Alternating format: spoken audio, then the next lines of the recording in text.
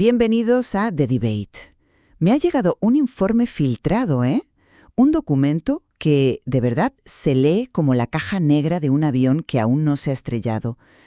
Se titula La autopsia de 2026 y, detalla un colapso sistémico global, no como una posibilidad, sino como un evento que ya está en curso.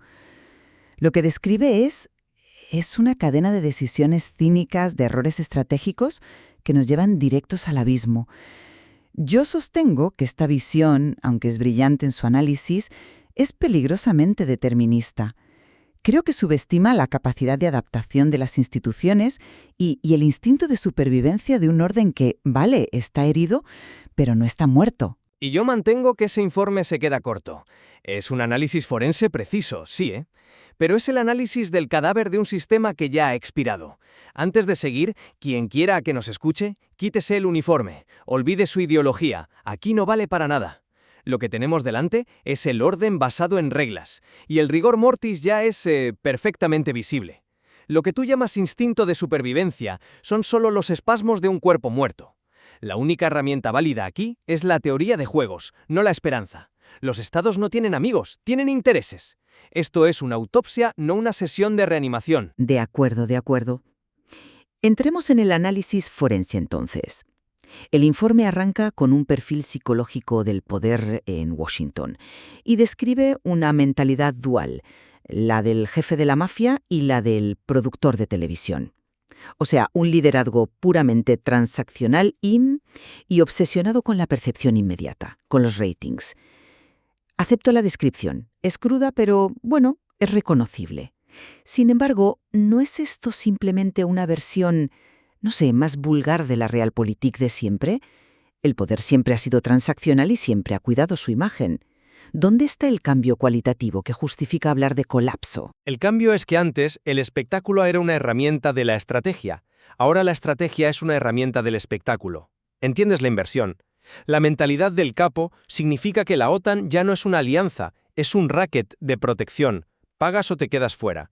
No hay visión a largo plazo, solo la contabilidad del próximo trimestre. Y el productor de TV, ese ha destruido la coherencia. Un buen clip para Fox News vale más que una década de estabilidad diplomática. Se confunde el índice de audiencia con la hegemonía. Antes, un Kissinger movía las piezas pensando en el tablero de 1990. Ahora se mueven pensando en el ciclo de noticias de las próximas 24 horas. Es la diferencia entre jugar al ajedrez y jugar a las tragaperras.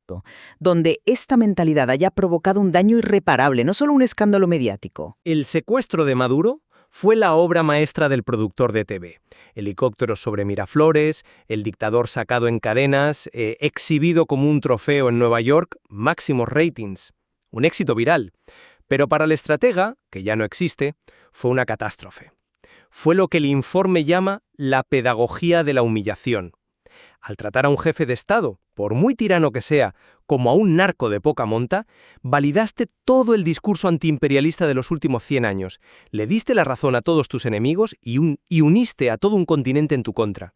El productor consiguió su especial de una noche, sí, pero el capo perdió el control de todo el barrio. Y ahora todo ese barrio, con sus recursos, mira a Pekín. Eso no es un escándalo, es una amputación estratégica. Vale, una amputación, lo acepto. Pero un imperio puede sobrevivir a una. Lo que me lleva al siguiente punto del informe, la visita de Trump a Pekín en abril de 2026.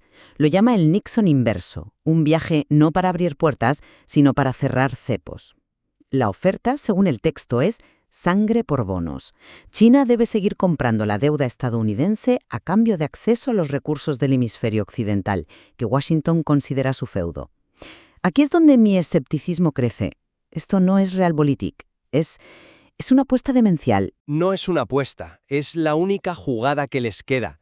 La deuda de 35 billones de dólares es un cáncer terminal. No se puede pagar, solo se puede refinanciar eternamente, y para eso necesitas un comprador cautivo. La extorsión es brutalmente simple. Hemos convertido las Américas en nuestro coto privado. Si queréis nuestro litio, nuestro cobre, nuestra soja, tendréis que pagarnos en nuestra moneda. Y la única forma de conseguir esa moneda es comprando los bonos que financian nuestro déficit. No van a negociar, van a dictar los términos de la rendición económica. Es geopolítica de secuestrador. Pero la metáfora que usa el informe, la de la escalera sobre el abismo, donde Estados Unidos y China están encadenados, sugiere un riesgo simétrico. Y no lo es. Ahí discrepo de esa imagen. China depende existencialmente de las exportaciones y la estabilidad social para mantener al Partido Comunista en el poder. Un colapso económico global, una destrucción económica mutuamente asegurada, les perjudica mucho más a nivel interno que a Estados Unidos. Su sistema es más frágil. ¿No es más probable que Pekín ceda, que acepte una humillación controlada, antes que arriesgarse a una implosión social que barra su régimen? Subestimas el cálculo del umbral del dolor. Crees que China cederá porque su modelo es frágil. Yo creo que, precisamente porque su modelo es frágil, no puede permitirse a ser vista como un vasallo. Para Xi, la legitimidad interna que le da desafiar a Occidente vale más que 5 puntos del PIB. Hay un punto, entiendes, en el que el coste de la sumisión es más alto que el coste del caos. Y Trump, como productor de TV, es incapaz de ver dónde está esa línea roja. Cree que todo es un farol, y cuando descubra que no lo es, cuando China empiece a vender bonos del tesoro no por despecho, sino como un movimiento calculado para resetear el sistema, ambos caerán al vacío. La diferencia es que China lleva años construyendo un paracaídas, la guillotina dorada, y Occidente no. Hablas de la guillotina dorada, pero antes de llegar a eso, el informe se desvía hacia lo que llama la burbuja de la IA. El proyecto Stargate lo describe como un despilfarro energético para crear un PIB sintético y mantener a flote el S&P 500. Aquí creo que el informe muestra un sesgo ludita. Descartar la mayor revolución tecnológica desde Internet como un simple decorado de Hollywood me parece un error de análisis garrafal. Esto no son pirámides, es la infraestructura de una nueva economía. Es una nueva economía basada en el consumo de la única cosa que no se puede imprimir, la energía. Cientos de miles de millones en centros de datos que queman más electricidad que países enteros para que los adolescentes generen vídeos falsos y los hedge funds ejecuten algoritmos un nanosegundo más rápido. Su función económica real no es la productividad, es la creación de una narrativa de crecimiento para ocultar que la economía física está en recesión. Es la droga que mantiene al paciente terminal con una apariencia de vitalidad. Pero esta fachada digital tiene un coste físico. Y eso nos lleva a la venganza de la materia. La guerra por la plata, el elemento 47. El informe sostiene que Occidente creó un casino de plata de papel, con un apalancamiento de 300-1 sobre el metal físico, mientras China ha estado acaparando el material real, que es indispensable para la industria militar. Acepto la premisa, los datos son correctos, pero presentar esto como un jaque mate es ignorar la historia de los mercados y la tecnología. La escasez impulsa la sustitución, la innovación. Si la plata se vuelve inaccesible, la industria militar invertirá billones en encontrar alternativas. No es el fin del juego, es el comienzo de uno nuevo y, bueno, mucho más caro. No hay tiempo para un juego nuevo. La guerra no espera a que los laboratorios de materiales encuentren un sustituto para el mejor conductor eléctrico del universo. China no está jugando a largo plazo, está ejecutando un short squeeze geopolítico. Ahora, ha cerrado el grifo de la plata física. En las pantallas de Bloomberg el precio del papel se mantiene, claro, pero intenta comprar una tonelada de plata para una fábrica de misiles Tomahawk. No existe. Las bóvedas de Londres y Nueva York están vacías.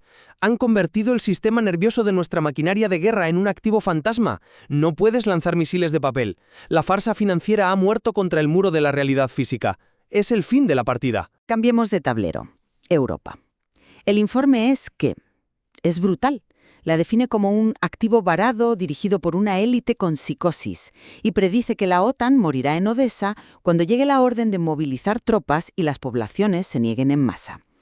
Esta visión del ciudadano europeo como un individuo atomizado, incapaz de sacrificio, me parece una caricatura. Es una lectura que ignora el poder latente del nacionalismo cuando se enfrenta a una amenaza existencial. Europa ha despertado de sus sueños pacifistas muchas veces.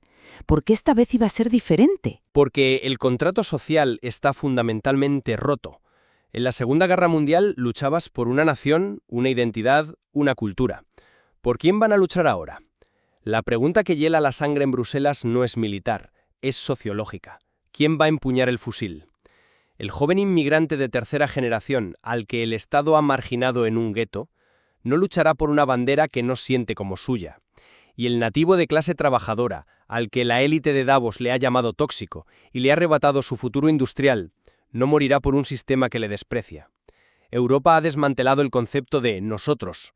Cuando la orden de reclutamiento llegue a París, a Berlín o a Madrid, y la respuesta sea una desobediencia civil masiva, el mundo descubrirá que la alianza más poderosa de la historia es un emperador desnudo. Odessa no será una batalla, será la tumba antropológica de la Europa posmoderna.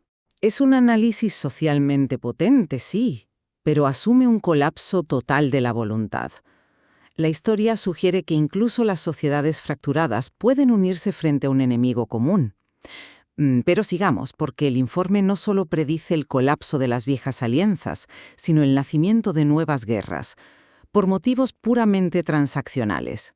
Irán, por ejemplo, sostiene que la guerra no es por petróleo ni por ideología, sino para amortizar la deuda con los donantes de campaña de Trump. Es una idea cínica hasta el extremo. Es la consecuencia lógica de la mentalidad del capo. No mires los informes de inteligencia, mira el libro de contabilidad de la campaña. Donantes como Miriam Adelson no hicieron una donación, hicieron una inversión. Compraron un contrato de futuro sobre la política exterior estadounidense. El producto de ese contrato es la solución final al problema iraní. Es una guerra para pagar a los acreedores. Y en África la lógica es aún más brutal. La doctrina ya no es el desarrollo, es la tierra quemada. Como no podemos competir con las inversiones chinas, nos aseguraremos de que el continente sea ingobernable. Si no podemos tener el cobalto del Congo, quemaremos el Congo para que Pekín tampoco lo tenga. Esto es el auge de las compañías militares privadas. La guerra ya no es la continuación de la política, es la externalización de un servicio. El mercenario es el nuevo diplomático. Y todo esto, según el informe, converge en el golpe de gracia financiero. La guillotina dorada. El mecanismo de la Bolsa de Oro de Shanghái, que permite a países como Arabia Saudí vender petróleo o cobrar en yuanes y convertirlos instantáneamente en oro físico, saltándose al dólar. De nuevo, el mecanismo es real, pero su efecto no tiene por qué ser instantáneo. El dominio del dólar no se basa solo en el petrodólar. Se basa en la profundidad, la liquidez de los mercados de capitales de Estados Unidos, en la seguridad jurídica y sobre todo en la ausencia de una alternativa viable. El yuan no es una moneda de libre flotación y el sistema chino, carece de la confianza global necesaria. Esto suena más a una erosión lenta que a una decapitación súbita. Una erosión lenta es un lujo que un imperio endeudado no puede permitirse. La guillotina dorada no necesita reemplazar al dólar de la noche a la mañana. Solo necesita ofrecer una alternativa creíble para el comercio de materias primas. Cada barril de petróleo que se comercia fuera del sistema del dólar es un clavo más en el ataúd del privilegio exorbitante. Cuando la demanda mundial de dólares para transacciones reales se desplome, todos esos billones que la Reserva Federal ha impreso volverán a casa. No como un goteo, sino como un tsunami de hiperinflación. Y eso nos lleva a la implosión doméstica. La sociedad cero. El informe cita a Michael Burry abandonando el mercado porque ya no es un mercado, sino un oligopolio centralizado, y predice que cuando el dinero muera, la civilidad morirá, llevando a una guerra civil no militar, sino social y financiera. Sigo pensando que se subestima la cohesión que puede generar una crisis. Una amenaza externa a menudo une a una nación polarizada. ¿Qué amenaza externa puede ser mayor que el odio que ya se tienen entre sí? El pegamento que unía a Estados Unidos era el consumismo y la promesa de una prosperidad creciente. Cuando ese pegamento se disuelva en la hiperinflación, lo que queda son dos tribus que se desprecian y que ahora compiten por recursos escasos.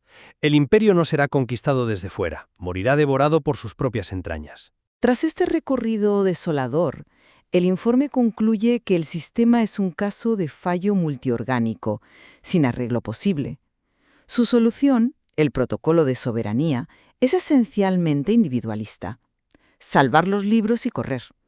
Construir arcas personales. Pero esto me parece una renuncia.